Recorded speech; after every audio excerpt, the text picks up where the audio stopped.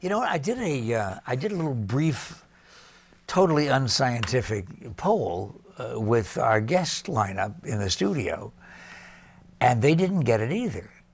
I say so.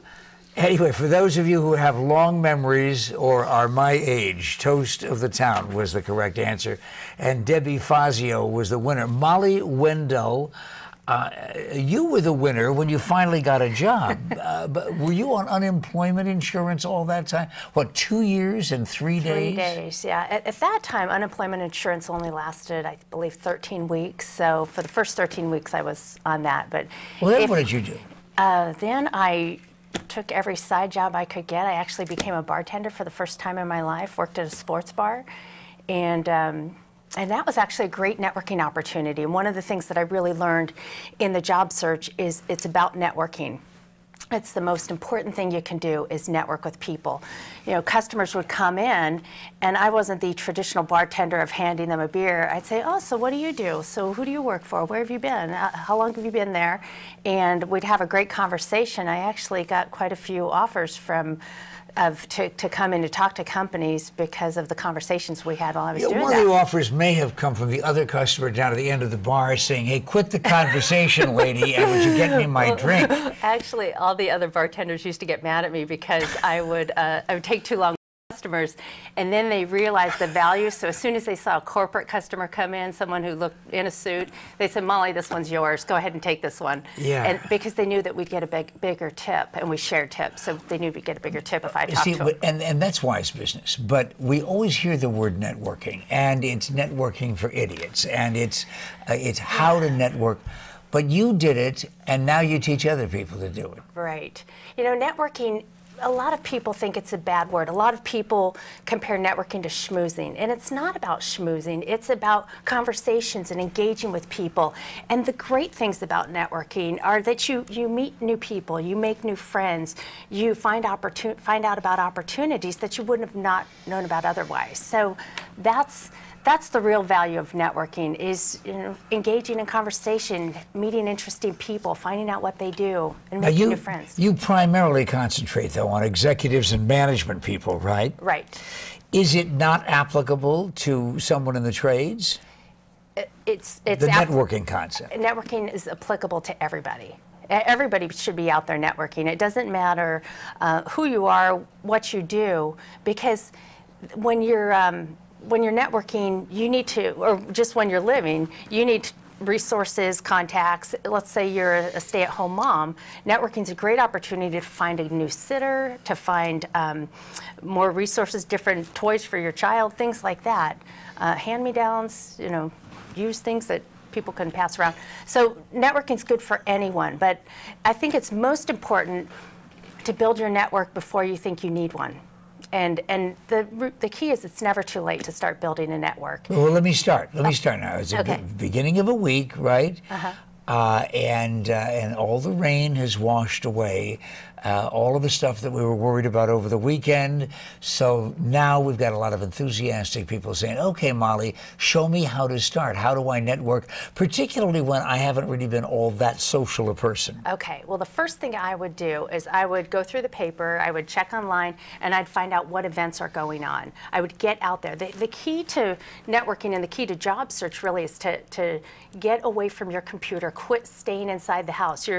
You already know the people who live inside the house, right? So you're not going to meet anyone new in your own house. What you need to do is get out and go meet people. So I would start with looking to see what's out there, and then just go to every event you can. It might be a dinner meeting, a breakfast meeting, a lunch meeting. You know, Phoenix is very much a networking town, and there's events going on all the time. But when you say events, though, I mean, am I going to be the pest who comes up and introduces myself and then says, oh, and by the way, I'm out of work. Are there any openings in your firm? Well, I hope not. The key, one of the keys when you do go out and meet people, first of all, in terms of the events, you want to go to a mix of different types of events. You want to go to community events.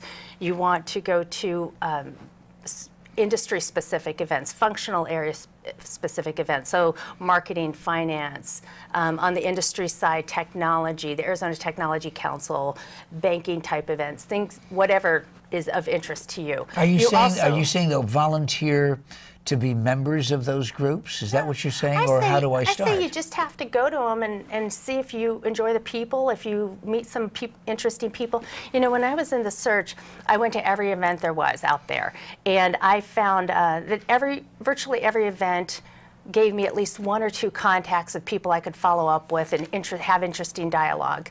The one event, oddly enough, I think it was called something like People I Should Know, and it should be renamed to People I Never Need to Know Ever in My Whole Entire Life, because it was just I didn't meet one of those dating services. Oh, it's horrible. But the good news was I learned from it, and I'll never go back. But you've got to try out every event to see if it's right for you. The other thing is you want to have a nice mix also of job search networking events. When you're out of work, hanging out with people who are always all working gets to be a little depressing. You feel a little lonely and out of place. That's why you need to go to some job search networking events like Executives Network, where we meet on the 1st and 3rd Fridays of each month. And so that you know that you're not alone, and there's other people in your same situation, and they don't look at you and say, you have issues. They say, you're a great person just like me, and we just happen to be in a transitional period, and we're all going to get out of it, and we want to help each other. Oh, by the way, if you happen to say right now to yourself or to the other members of the family, hoping that you do know the people in your home, hey, she just said something and I didn't get it. We'll repeat. The executive contact, the website, the phone number, that's all there for you now, the Executives Network. But if you're still looking around for a pen and you're getting frantic on top of being out of work, cool it, okay? You don't need that kind of stress. So Molly's going to be here to help out, and so will the organization that she represents, Molly Wendell, President and CEO of Executives Network. We're talking about your brand new job, maybe a whole new career field for you in 2009. Does that sound exciting? Does that sound scary? Well, we'll find out, in fact, just a moment, how it is that we can overcome both of those. Stick around.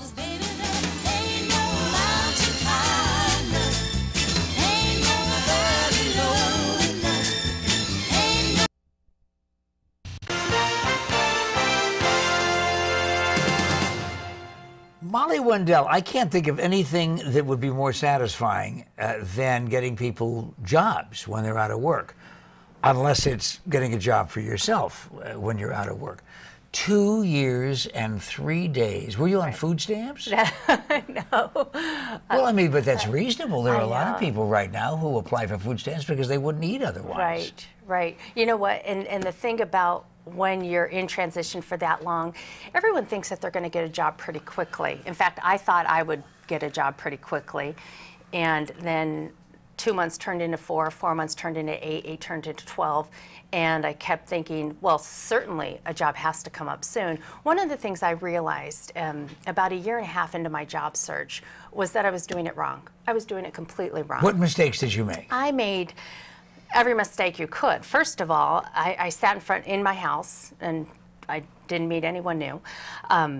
And I would sit on the computer and I would search the job boards all day long, and I'd apply to jobs, and I'd redo my resume exactly to what that job posting was all about, so that I would be the perfect person for the job.